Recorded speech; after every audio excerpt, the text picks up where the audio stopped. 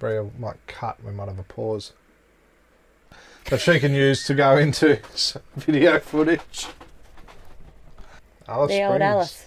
No, Gemtree. Oh, lies. Start again. Just trying to cut this whole memory out of our trip. Okay. Back. Ta-da! We're back again. So, I'll let Brie do the recap. I did the last recap. Oh. I'll do a video recap. Okay. No. Yeah, so we've come from Sydney all the way to Birdsville. Now we're in Boulia. And on our way to the centre of Australia. Yep.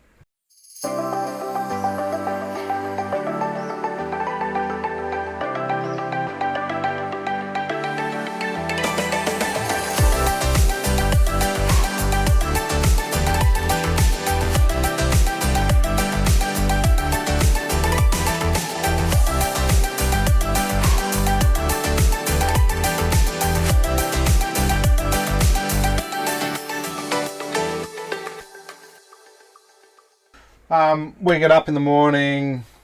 This is probably the hardest day for our eldest. He's the type of kid who gives his heart away to people. So we're having to say goodbye because this part of the trip, it's now only Brie, me, the kids, and my parents. We're going west. Yeah. Everyone else is heading Mount Isa. My uncle's got to get his window replaced. So we get up, we fight through the goodbyes and the sad. We all hop in the car, pull into town, decide to get a coffee, and then everyone is all there getting coffee. We're all there. So then we have to say goodbye again. There we go. So we go through round 2 of goodbyes after getting a coffee in Boulia, and then we head west. We go out the Plenty Highway. So the Plenty Highway is a road. It's part of what is called the Outback Highway, or Outback Way, I think it's called. Outback Way, the longest shortcut. Yeah, that's what it's part of.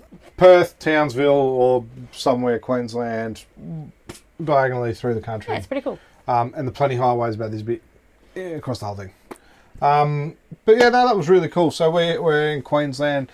The government has decided that they're going to tar the whole Outback Way. So we start heading out. We're cruising along. We're on tar. We're in Queensland, macking along.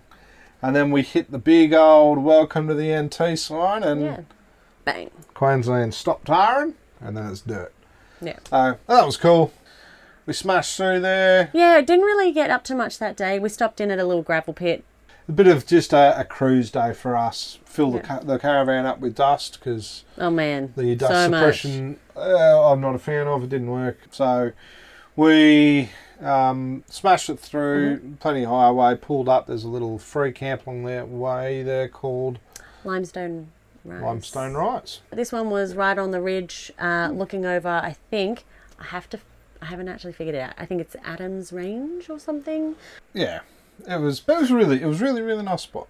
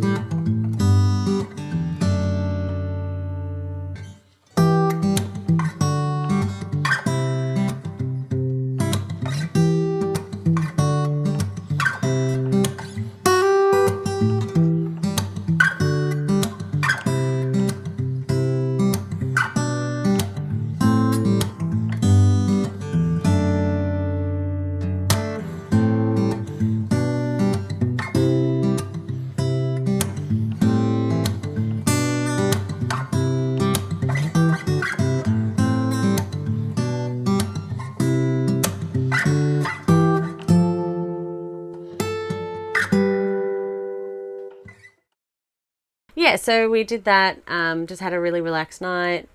I think too, I missed in the last one, but I've done some repairs. The fridge had fallen out. Oh, yeah. The microwave had almost fallen out at Bash, so I had fixed the fridge, mounted it properly. It was mounted in such a way that the screws holding it in weren't actually screwed into anything.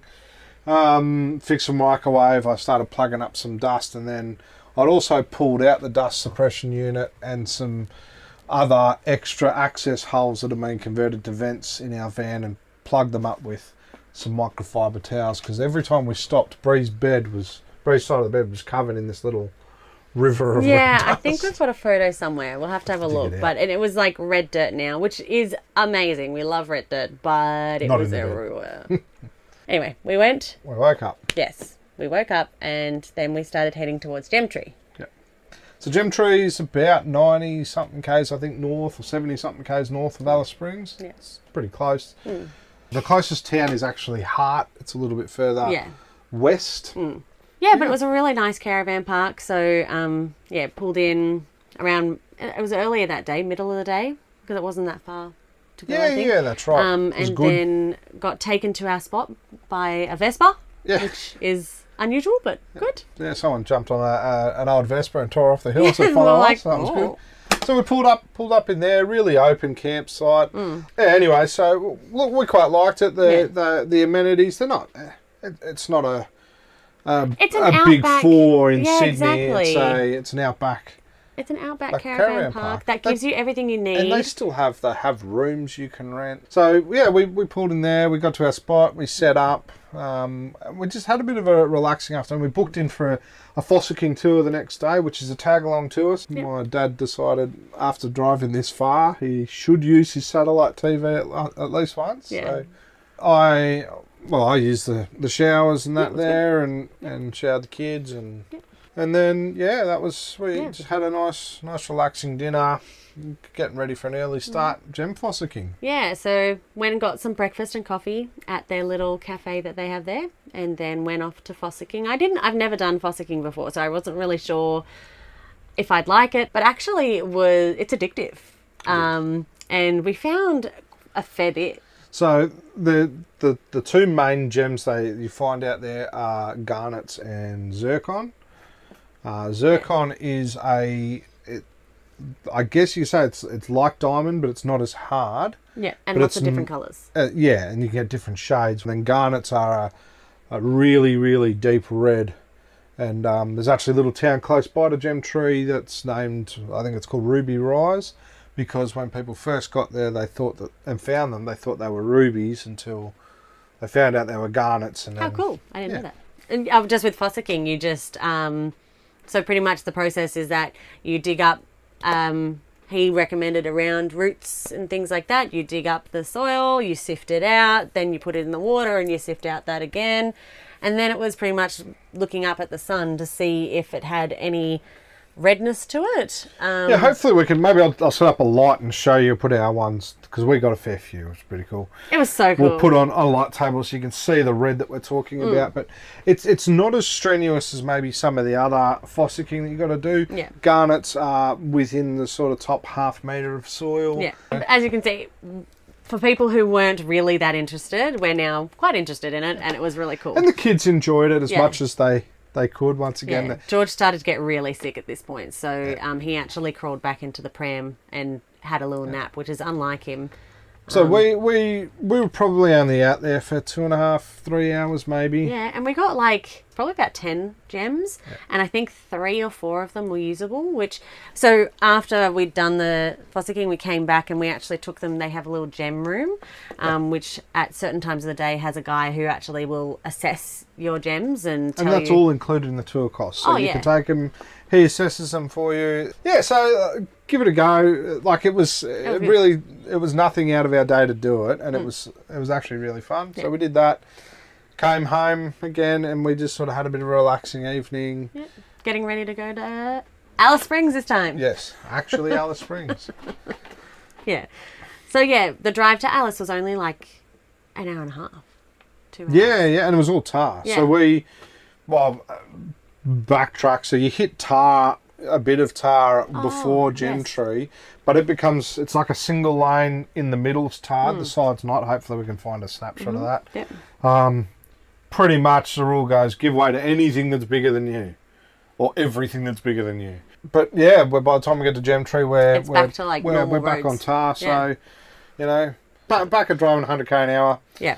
Straight back into Alice, and now my camping style's we'll just pull up and we'll just camp somewhere. Yeah. So we'll just call them on the way. There'll be plenty of room. So anyway, we decided we wanted to stay near what's it called? Heavy Tree Gap, which is like it's between the two McDonald ranges, I think. So I'm like, hey Bree, you call You call the caravan parks, try and get us in. Called, and they were booked out. We weren't in school holidays or anything.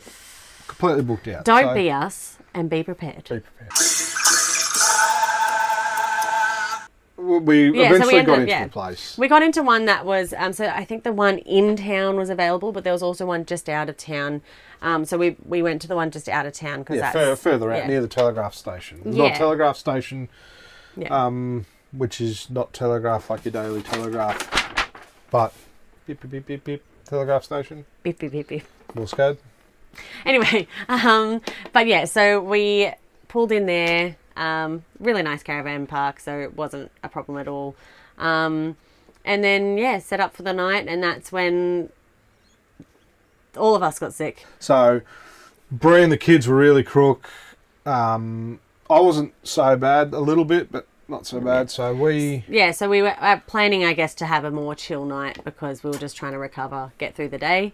We were in Alice for a few nights. We're actually, knowing our luck, we're crook, we're there.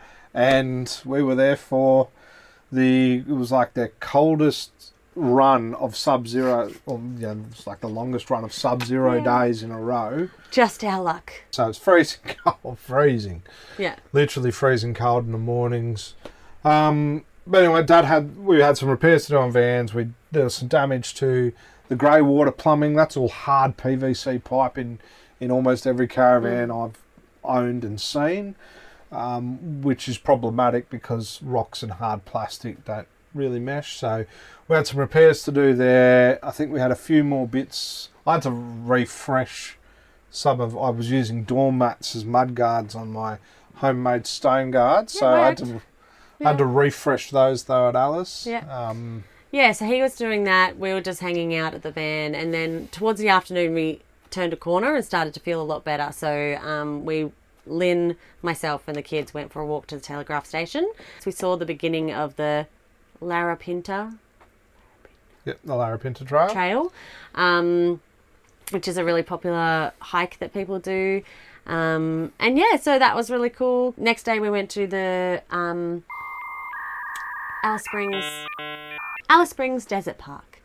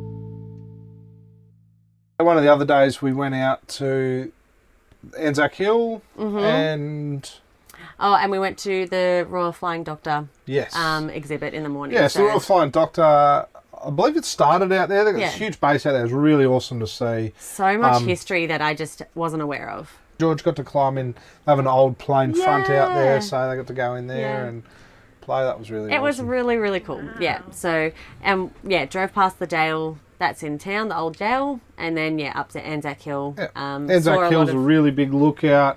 There's a big survey point. The hill sort of looks out over Alice Springs, and it has a whole bunch of the history of all the conflicts and wars that we've been involved in as you drive up the hill. Yeah. And you get to check out the lookout. But so it was really cool, and it's definitely things we missed seeing in Alice. Heaps. Yeah, it was a really good spot to stop, get a refuel, get all our... That was our first Woolworths, Big W, all that sort of thing 2 weeks. Since Broken Hill. Yeah. And then we were having our last night in Alice Springs, so celebratory, been a little while we had. So pizza and bundy. And that's our last night in Alice. So from here, the next bit of our trip's going to be a bit. We're heading further west. Yeah. We're going to go do some of the gorges and stuff. Anything you want to know, ask. If Photos you want to see, if we Yeah. haven't put them up, whatever, comment the doobly doos. If you like this style, it's not really the usual style. I'll show you in our next video. We try and do the vlog style, and we're not vloggers, so We're not, if you want to watch vloggers, there are plenty of other people that do plenty. So we're more of a recount what we remember. Recount, yeah, that's it. Yeah. Show you some of our footage and all that sort of If stuff. you like it, let us know. If you don't like it, I don't want to hear it. Please. Unsubscribe. Unsubscribe. But yeah, so That's it. that's it. We're done. Awesome. Hopefully Thomas is still asleep. Thomas will be asleep. Bye. Bye.